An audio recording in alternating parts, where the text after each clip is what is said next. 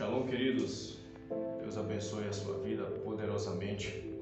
Eu quero aqui trazer uma reflexão sobre a temática, só para você pensar, tá? O cristão pode fazer tatuagem? Porque hoje o que a gente mais percebe dentro das nossas igrejas são cristãos que se dizem, genuinamente filhos de Deus e que traz fundamentação de que se podem fazer tatuagem. Mas eu quero trazer aqui, querido, alguns textos bíblicos para que a gente possa analisar com relação a essa postura que muitos cristãos hoje estão tomando, tá? Porque alguns dizem assim: fazer tatuagem eu perco a minha salvação, beber eu perco a minha salvação, fumar eu perco a minha salvação. Não tem nada nesta vida que a gente possa fazer que possa nos levar a perder a salvação, porque salvação não se conquista, a salvação é um dom gratuito de Deus. Porém, a salvação não nos dá o direito de fazer o que a gente bem entende, porque só demonstra que esta pessoa não é salva. Porque se um salvo diz que ele pode beber, que ele pode fumar, que ele pode fazer tatuagem, é sinal de que ele não é um selado pelo Espírito Santo, tá? Mas sim, ele é selado pelo Deus desse século, onde ele faz as suas próprias vontades. Mas um salvo em Cristo Jesus, ele está debaixo, tá, das ordenanças de Cristo. Paulo já disse: não vivo mais eu, mas Cristo vive em mim. Então, se conhece o salvo pelos seus frutos. Amém? Então vamos lá. Esses são alguns questionamentos que eu coloquei aí. E são perguntas que as pessoas fazem com frequência. Tá? Posso fazer isso? Se eu faço isso, perco a salvação? Tá? Salvação é um dom gratuito de Deus. Não se esqueça. Ninguém tem mérito nisso. É Deus quem salva. É Deus que liberta. Tudo provém de Deus. Mas quando Deus toma essa ação, essa pessoa que é regenerada por Deus, ela deixa de viver a sua própria vida para viver para a glória de Deus. Então vamos lá.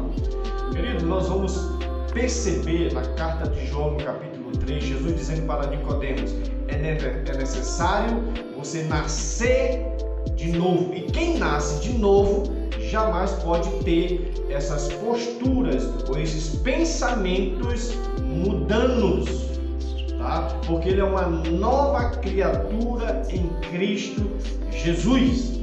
E 2 Coríntios, capítulo 5, versículo 17, nos diz: e assim, se alguém está em Cristo, é nova criação.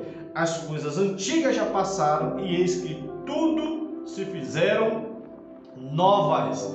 Então essa pessoa que é uma criação em Deus não pode viver mais debaixo desses pensamentos deste mundo, porque ele é uma nova criação em Cristo Jesus.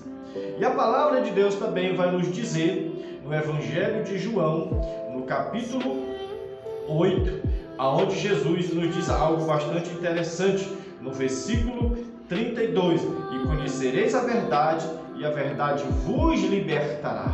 Quem conhece a verdade em Cristo, ele é liberto deste mundo, e ele não está mais debaixo do governo deste mundo, mas ele vive para a glória de Deus. E em 1 Coríntios, capítulo 6, nós vamos encontrar algo bem interessante, querido, no versículo 19 e 20, que diz assim: acaso não sabeis que o vosso corpo é o santuário do Espírito Santo que está em vós, o qual tendes da parte de Deus, e que não sois de vós mesmo, porque fostes comprado, redimido por preço. Agora, pois, glorificai a Deus no vosso corpo. Olha o que a palavra de Deus está dizendo. Será se Deus é glorificado quando alguém bota uma marca no seu corpo, mesmo que seja o nome de Jesus, mesmo que seja o desenho de um anjo, mesmo que seja o desenho do rosto que as pessoas prefiguram que é Cristo Jesus? Será se isso glorifica a Deus? É algo para você analisar. O corpo não é meu, o corpo é o santuário do Espírito Santo. E tudo que eu faço tem que ser para a glória de Deus, querido. Tá? Então eu não posso fazer do meu corpo o que eu bem entender, porque esse corpo foi comprado, redimido por um preço de sangue. E Paulo vai dizer em 1 Coríntios 10, 32, quer comais, quer bebais, quer façais qualquer outra coisa, fazei tudo para a glória de Deus. E em Romanos capítulo 6, querido, Paulo ali falando com os cristãos em Roma, ele vai falar que se nós fomos ressuscitados em Cristo, devemos viver para Cristo.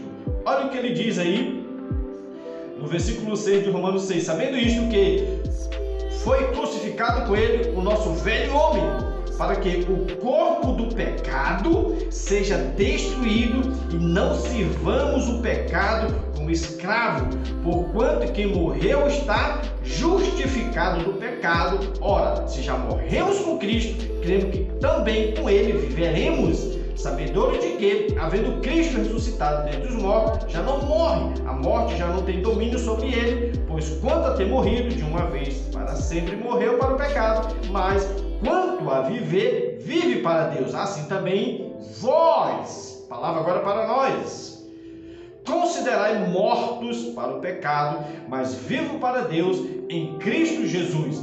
Não reine, portanto, o pecado em vosso corpo mortal, de maneira que obedeçais às suas paixões. Na realidade, quando essas pessoas querem fazer essas marcas no corpo, tem o desejo de beber, tem o desejo de fumar, na realidade, essas pessoas estão fazendo o quê? Obedecendo às suas paixões. E quando elas estão obedecendo às suas paixões, isso quer dizer que elas não mortificaram a sua velha natureza. Então, por isso, elas estão debaixo ainda do Deus desse século. E se nós fomos mortos em Cristo, justificados em Cristo, hoje nós não vivemos mais debaixo das paixões da nossa natureza pecaminosa. E ele ainda diz mais: não reine, portanto, o pecado em vosso corpo mortal, de maneira que obedeçais às suas paixões, nem ofereçais cada um os membros do seu corpo ao pecado, como instrumento de iniquidade, mas oferecei-vos a Deus como os ressurretos dentre os mortos, e os vossos membros ao Deus como instrumento de justiça, porque o pecado não terá domínio sobre vós, pois não estáis debaixo da lei, mas sim debaixo da graça. Querido, em vez de você estar com esse desejo de fazer isso, vai evangelizar, vai pregar o evangelho. Testemunho de Cristo Jesus, ofereçais o corpo de vocês como instrumento de justiça. Instrumento de justiça. Tiago 4,4 diz que aquele que ama o mundo, o amor do Pai não está nele. Ele é inimigo de Deus. Como uma pessoa salva em Cristo fica com esses pensamentos, querendo marcar o seu corpo, viver uma vida libertina e ao mesmo tempo dizendo: eu sou um remido em Cristo Jesus, mas ele ainda está debaixo das suas paixões carnais. É alguma coisa errada? Paulo vai nos dizer aqui em Colossenses algo bastante interessante, querido, no capítulo 3, no versículo 5, que ele vai dizer algo para aqueles que estão em Cristo Jesus. Colossenses 3,5: fazei, pois, morrer a vossa natureza terrena. Os desejos vão vir,